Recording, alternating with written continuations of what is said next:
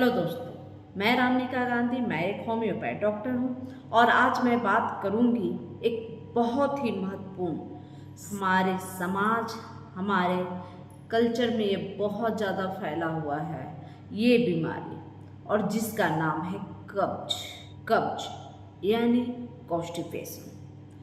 कब्ज, बहुत लोग कब्ज से परेशान हैं। कब्ज का मतलब है जब आप स्टूल पास करने जाते हैं तो आपको दिक्कत होता है, या आपको सप्ताह में कई कई दिन स्टूल पास ही नहीं होता, या आप कह सकते हैं कि कई बार जाना पड़ता है और पेट क्लियर नहीं होता, या आप कह सकते हैं कि इतना सख्त कब्ज होता है, इतना सख्त स्टूल पास होता है कि जिसकी वजह से पाइल्स की समस्या उभर कर आती है, जिसकी वजह से आपको फिशर होने का संदेह होता है। क्योंकि कब्ज एक ऐसी समस्या है कि यह अपने आप में पूरे शरीर को बीमार करने की क्षमता रखता है। जिन लोगों का पेट ठीक नहीं है उनकी पूरी ही शरीर अस्त व्यस्त हो जाती है। क्योंकि पेट अगर हमारा साफ रहता है, टॉक्सिफाइड रहता है, तो पूरा शरीर स्वस्थ रहता है।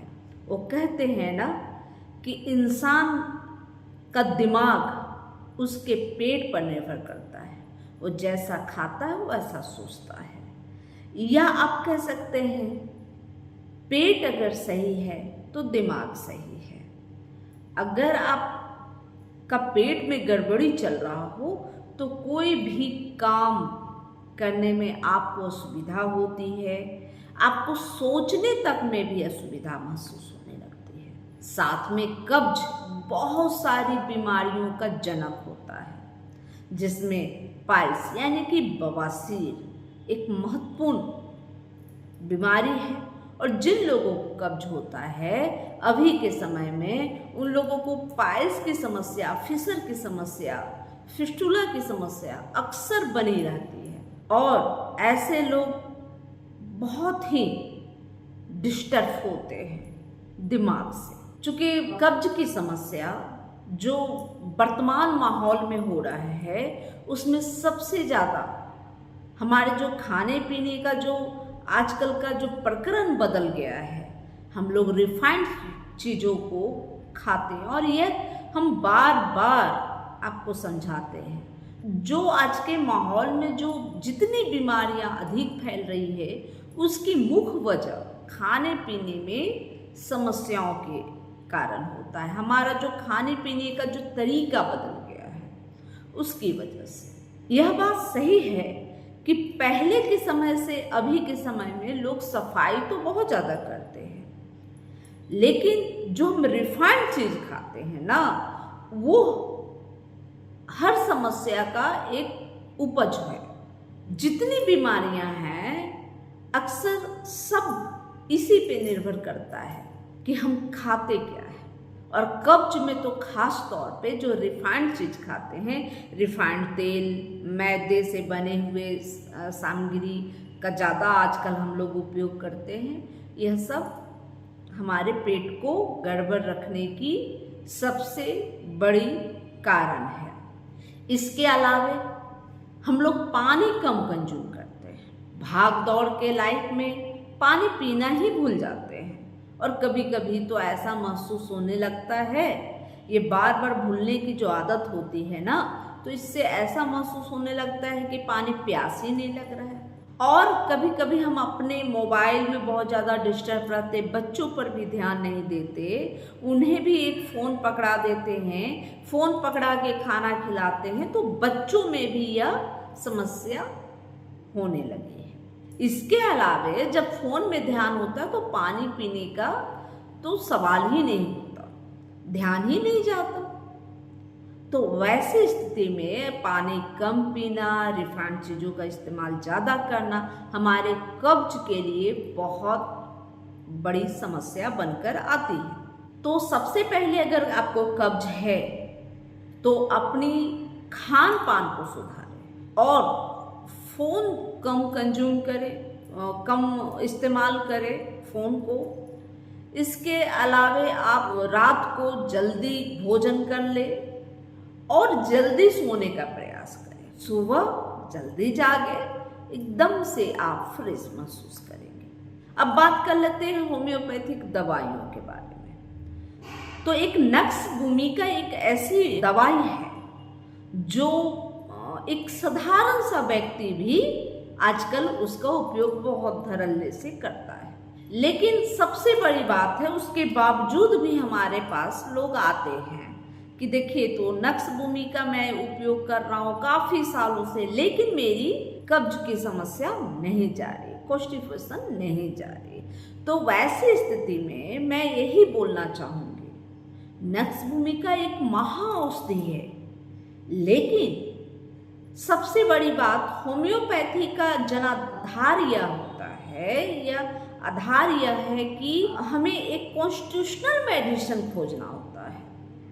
अब नक्स भूमिका ऐसे मरीजों को काम करती है जिन्हें प्रत्येक दिन सुबह स्टूल पास के लिए तो जाना होता है, वह जाते भी हैं, लेकिन जो स्टूल पास होता है उससे वो संतुष्ट नहीं होते, उन्हें फिर दोबारा जाना होता है, फिर तिबारा जाना होता है। मतलब कई बार जाने के बाद भी वो पूरा खुलकर नहीं होता।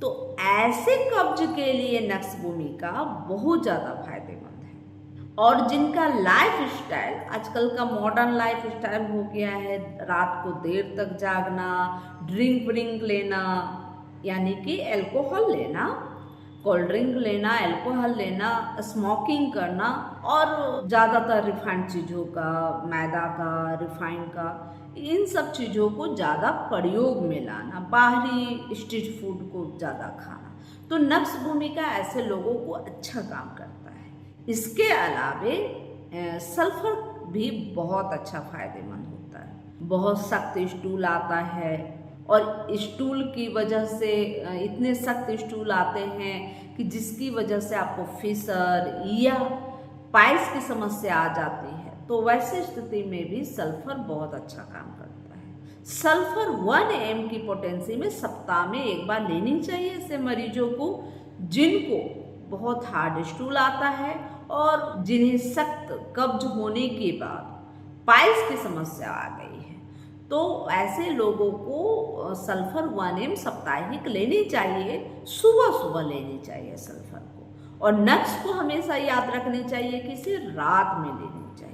लेकिन जब समस्या थोड़ी ज़्यादा गंभीर होती है, बहुत ज़्यादा लोग डिस्टर्ब होते हैं कब्ज की वजह से, तो नक्स को दिन में भी लिया जा सकता है, लेकिन रात में लेने पर बहुत अच्छा कार्य करता है।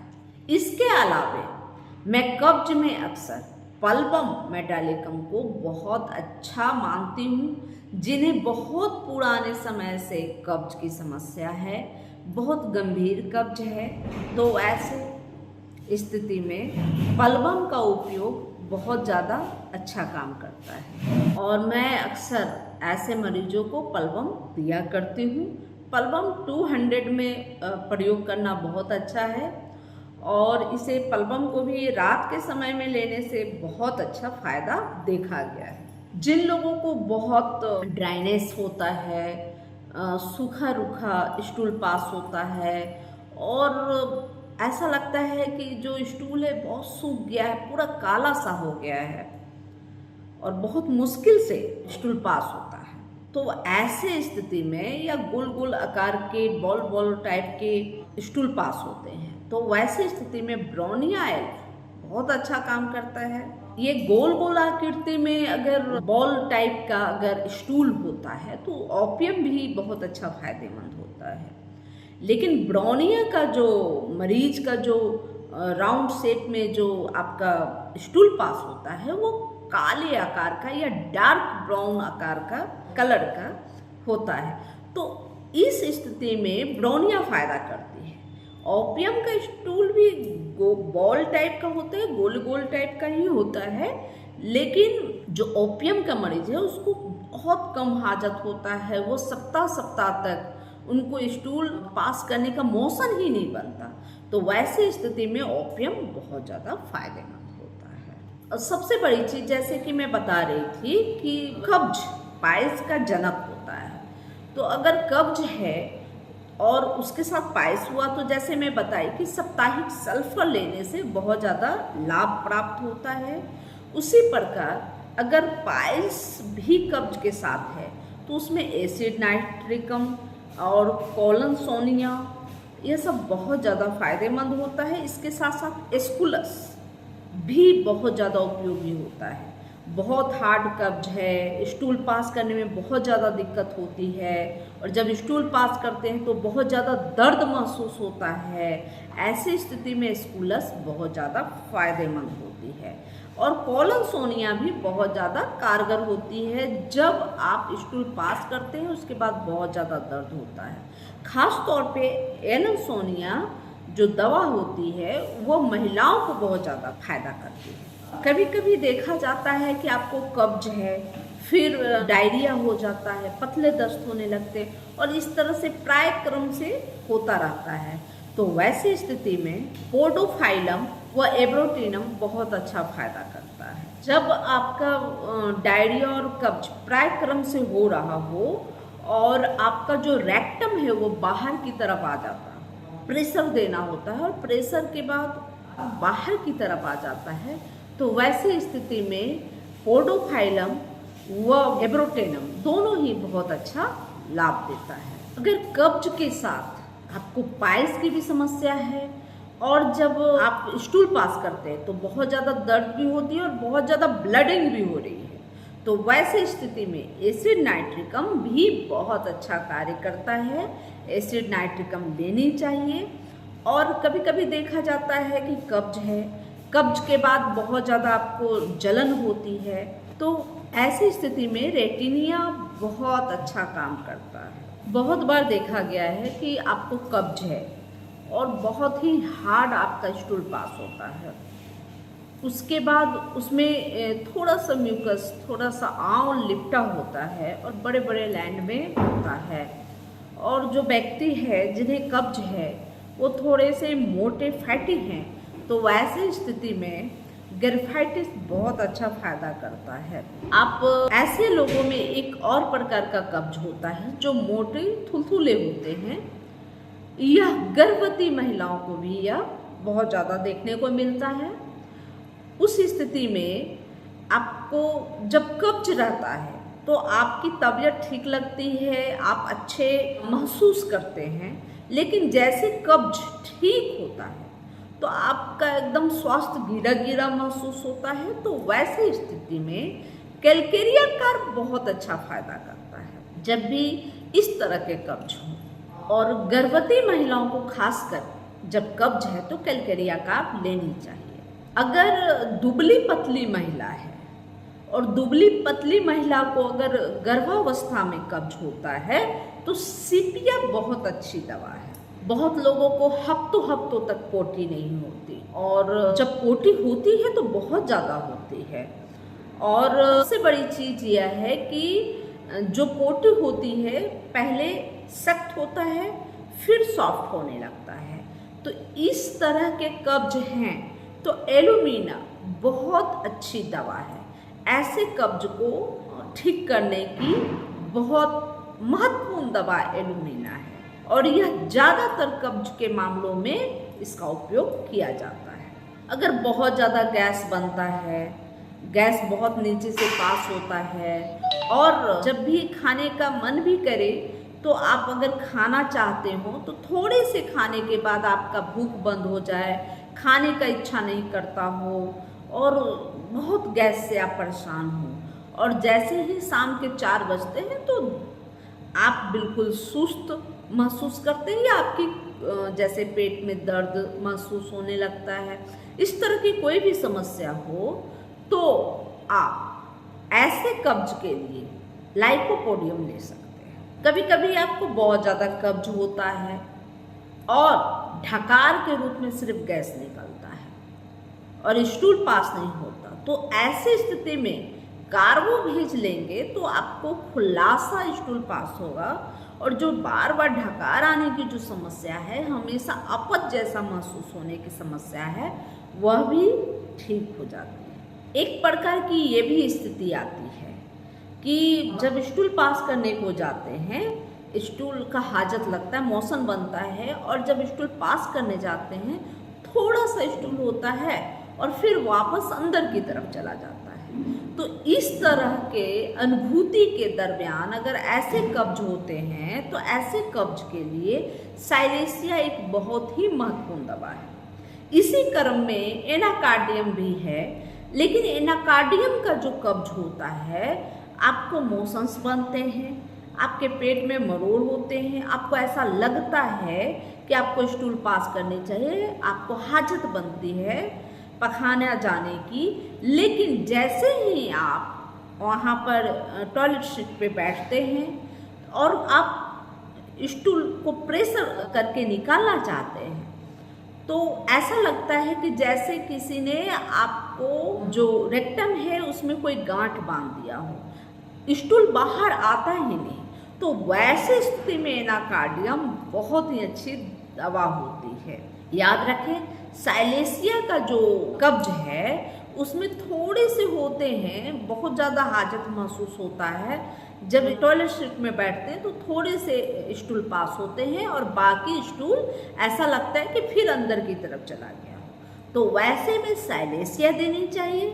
लेकिन जब आपको बहुत ज़्यादा मोशन बन रहे हो, हाजत महसूस हो रहा हो और आप टॉयलेट सीट में बैठते हैं तो ऐसा लगता है कि रेक्टम में कोई गांठ बांध दिया है, वो स्टूल बाहर पास ही नहीं हो रहा। तो अगर ऐसा कंडीशन होता है तो एनाकार्डियम हमेशा याद रखनी चाहिए और इसे 200 पोटेंसी में लेनी चाहिए, क्योंकि बहुत सारे डॉक्टर अपने अनुभव से 30 पोटेंसी में भी इसको देते हैं, लेकिन मैं अक्सर 200 ही स्टार्ट करती हूँ, क्योंकि 30 पोटेंसी में मुझे ऐसा लगा कि 30 पोटेंसी होने से पेट की तो समस्या चली जाती है, लेकिन जॉइंट में समस्या आने लगती है। तो इस तरह की स्थिति मैं देख चुकी हूँ, इसलिए मेरा अनुभव यह होता है कि इसे मैं 200 में ही एनाकार्डियम को देने की सलाह देती हूँ। कभी एक इस तरह का कब्ज होता है कि जब आप टॉयलेट सीट में बैठते हैं तो आपको स्टूल पास नहीं हो रहा, लेकिन आपको ऐसा लगता है कि पीठ को थोड़ा सा पीछे की तरफ ले जाते हैं, तो ऐसी स्थिति में स्टूल पास होने लगता है। तो ऐसे अगर कब्ज हैं तो इसमें मेडोराइनम बहुत अच्छा लाभ करता है। तो वैसे कब्ज के लिए हमेशा याद रखें, यह एक छोटी छोटी सी बातों को हमेशा ध्यान में रख के ही होम्योपैथी की दवाई चयन की जाती है। तो अगर इस तरह का आपको दिक्कत आ रहा है कि थोड़ा सा पीछे की तरफ आप झुकते हैं तो स्टूल पास आसानी से होता है, तो वैसी स्थिति में मेडोराइनम बहुत अच्छा फायदा करता है। कभी कभी देखा जाता है बहुत ज़्यादा, जब आपको हाजत तो बनता है लेकिन बहुत ज़्यादा जोर लगाते हैं, इतना जोर देते हैं, इतना प्रेशर देते हैं, तब स्टूल पास होता है कि आपको बहुत ज़्यादा पसीने से आप भीग जाते हैं। बहुत ज़्यादा प्रेशर करने के बाद अगर स्टूल पास हो तो ब्रेट्रम एल लेनी चाहिए। और इसी कंडीशन में एक और दवा है, जैसे कि अगर आप बहुत ज़्यादा प्रेशर दे रहे हैं और चेहरे लाल हो जा रहे हैं तो कोस्टकम बहुत अच्छी दवा है। थोड़ा थोड़ा का फर्क है कि आप स्टूल पास करने के लिए टॉयलेट सीट में जाते हैं, आपको हाजत महसूस होती है, फिर भी आपको बहुत ज़्यादा जोर लगाना पड़ता है और जोर लगाने से पसीने आ जाते हैं, तो ब्रेट्रामेल। और अगर आपका चेहरा लाल हो जाता है प्रेशर बहुत लगाने से, तो कोस्टकम लेनी चाहिए। अगर दूध पीने के बाद अगर कब्ज हो, और ख़ास तौर पे बच्चों को दूध पीने के बाद कब्ज हो, तो इथूजा बहुत अच्छा फायदा करता है। जिन बच्चों को दूध पचता नहीं है, जज्ब नहीं होता, तो उनके लिए इथूजा बहुत ही महत्वपूर्ण दवा है। वैसे दूध नहीं पचने की होम्योपैथिक में और भी बहुत सारी दवा है, जैसे नेट्रमफॉस, जैसे कैरिका पपाया। मदर टीचर के रूप में ऐसे लोगों को मैं अक्सर देती हूँ जिन्हें दूध नहीं पचता। लेकिन अगर बच्चों में ये समस्या है तो उसकी सबसे महत्वपूर्ण दवा इथूजा है।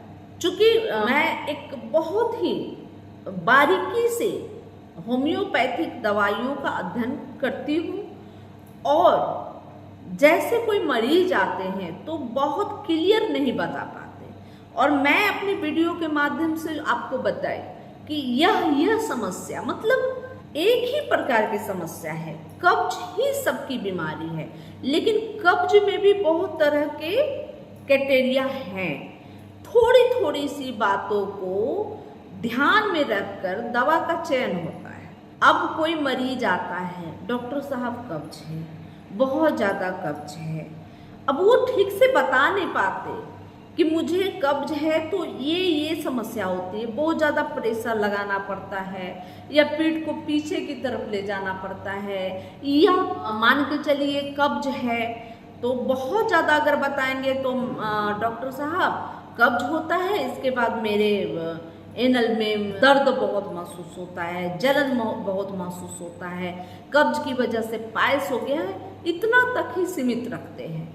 इसी के वजह से मरीजों को बार बार दिक्कत महसूस होती है। जो दवाइयाँ दी जाती है, डॉक्टर साहब देते हैं, वह जल्दी ठीक नहीं कर पाता। जल्दी ठीक अगर होना है तो आपको अपनी समस्याओं को अच्छी तरह से बताना होगा, तभी जाकर आप ठीक हो सकते हैं और 100% आपकी कब्ज से मुक्ति मिल सकती है। लेकिन आपकी जो समस्या है, कब्ज एक समस्या है, लेकिन समस्या के इर्द गिर्द जो लक्षण महसूस हो रहे हैं उसे बताना बहुत ज़्यादा जरूरी होता है।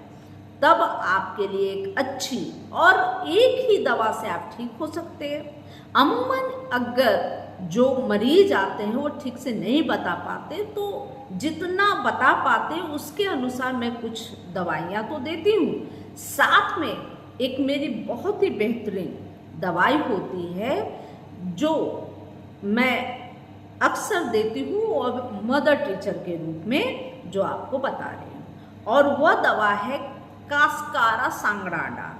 कास्कारा सांग्राडा मदर टीचर व हाइड्रो कास्कारा सांग्राडा मदर टीचर व हाइडेटिस मदर टीचर।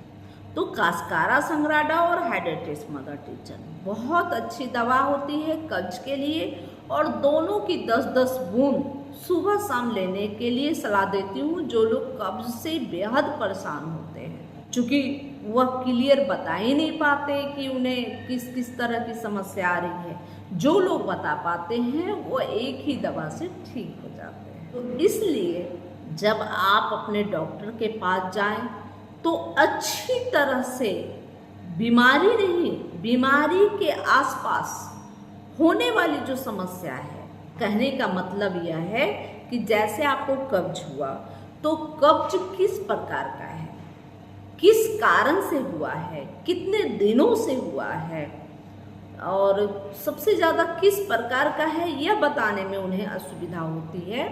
जैसे मैं बताई कि बहुत हार्ड कब्ज है, इतना सख्त होता है कि एकदम से जो स्टूल निकलता है वो काले आकार का या डार्क ब्राउन कलर का हो जाता है, तो वैसी स्थिति में ब्राउनियाँ बहुत अच्छी काम करती है। नक्स का जो कब्ज होता है वो बार बार उन्हें स्टूल पास करने के लिए भागना पड़ता है।